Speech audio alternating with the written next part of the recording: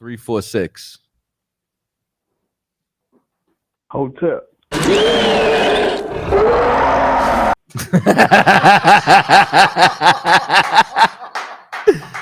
Oh my God.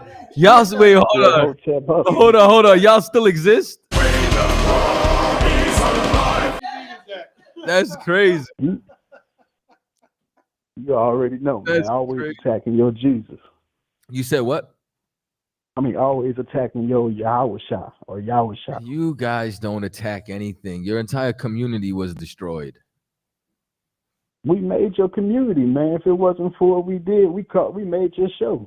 Man, listen. I greatly appreciate, you understand, y'all being the sacrificial lambs in order for the truth to be broadcasted throughout the earth. I just want to body bag you real quick and leave you alone. Oh, what's the topic, man? What you coming with?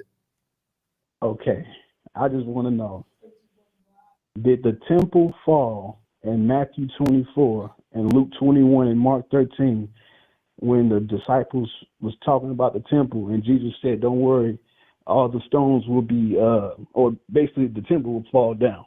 Did that occur in their generation? It happened in 70 AD. So, you know what I'm saying? That would be within the same generation. If you go and you look at when Israel was sieged, you understand, by Rome, and then when they actually sacked the temple. I mean, they even turned around all throughout Rome. You could find carvings of them leaving the temple with the menorah and raiding everything. So. Okay, so that's a body bag right there, because Jesus says, or Yahweh Shah says that he's going to come back. The temple's going to fall. He says, y'all, the disciples, who y'all claim to be the disciples now, when you know y'all just talk that regeneration shit. But he says that the temple's going to fall. Y'all going to go to jail. Y'all going to be in front. Y'all going to get, the synagogue's going to be tore up. The government's going to come and get you. He's going to talk to you when you talk to the police officials, whatever, or whenever you get arrested by the Romans. I want to know, why would Jesus say the temple's going to fall, but everything else is going to happen? In Matthew 24:34, he says all these things will be completed. So all these things, or just one thing? So everything, you understand, is going to be completed. And I don't think you understand how prophecy works, right? Just like when Christ was dying, right?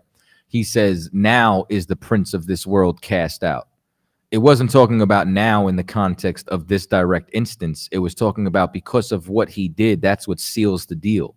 And this is a part of what triggers all of these reactions as it goes on. Even with the persecutions you're talking about, all of that happened. You're not familiar with, you understand, Christian persecution from Nero all the way on down to, what the hell was his name before Constantine? Diocletian. You know what I'm saying? So it's like all those prophecies, those who would be beheaded for the faith, so on and so forth. The fact that the temple was going to be destroyed, and he warned about those who wouldn't be able to flee. So, I mean, everything we're talking about historically did transpire. I can't help it if you don't understand the context. But he says this generation shall not pass until all these things happen. The temple fell in 70 AD. That's within the generation of the disciples. But now it's 2,000 years later. You're waiting for them. That's what I'm talking about as far as that's what I'm trying to talk about as far as you not understanding the context, right? Like, even when you go back and you look at inside of Deuteronomy, and it talks about who he was saying was going to go into captivity. He was speaking to a specific generation. You understand? And those people still did go into captivity. Those people still did go on Egypt with slave ships, not directly as far as them specifically in that human form, but later on, because that's how prophecy works. So I don't think that you understand what a generation is or what those phrases mean, because you're taking everything directly literal and you don't understand prophecy and how it works. Okay, how long is a generation according to the Hebrew? This is also, don't forget, Matthew 1 says this generation of Jesus. This is also what I'm trying to explain to you about when it explains the things that could happen in a generation. Generations recycle in the earth. So what could be said to a generation, they could experience inside of what you would refer to as reincarnation. So what you talking about, what a generation experiences, It's like I'm gonna read this verbatim for you, right? Hold on, just so you could kind of understand. And I know that's gonna trigger somebody, right? So now, right? You got the body bag. I mean, this is a body bag for you to go in because you don't understand how generations work inside of the scriptures. When it says Ecclesiastes 1:4, one generation passeth away, another generation cometh, but the earth abideth forever. These generations recycle in the earth like everything else that's inside of that chapter. So with what you're talking about when it talks about a generation, it isn't always talking about a literal generation or in that span, but that same generation could experience it in another way. But I don't think you understand spiritual things, which is why I'm trying to express when Christ said, and now is the prince of this world cast off. That was the sealing of the deal, because it wasn't in that direct time span as far as now. It's what he did now. And that generation did experience the temple being destroyed, as far as all of the things leading up to it and what he expressed before it was torn down. And that's the completion of things. Things don't always happen in one lifetime either. Okay, and I'm happy you said that. Matthew 16:27 and 28, he says that people will see the Son of Man coming in the clouds with great power and glory, with his angels coming to judge every man of his deeds.